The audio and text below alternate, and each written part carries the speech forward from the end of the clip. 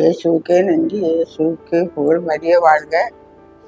என் பேர் குழந்தை தரசு. எனக்கு ஒரு 4-5 வருஷமா கால் முட்டு வலி, நடக்க முடியாம ரொம்ப கஷ்டப்பட்டேன். டாக்டர்கிட்ட போனா முட்டு தேஞ்சு போச்சுன்னாரு. இன்னொரு டாக்டர் போனா முட்டுல ஊசி போடணும்னாரு. ஒரு ஊசி 1000ன்னாரு, ஒரு ஊசி 2000ன்னாரு. வெளியே கேட்டா ஐயோ ஒண்ணுமே இல்லை, சிவமாயிடுனாவ. திருப்பி ஏசப்பா நான் என்னப்பா பண்ணேன்னு இருந்தேன். எனக்கு ஒரு உணர்ச்சி போகும்போது வரும்போது பார்த்தேன், மூட்டு வலிக்கு மருந்து இருக்குன்னு பேப்பரை பார்த்தே நான் இங்கே வந்தேன்.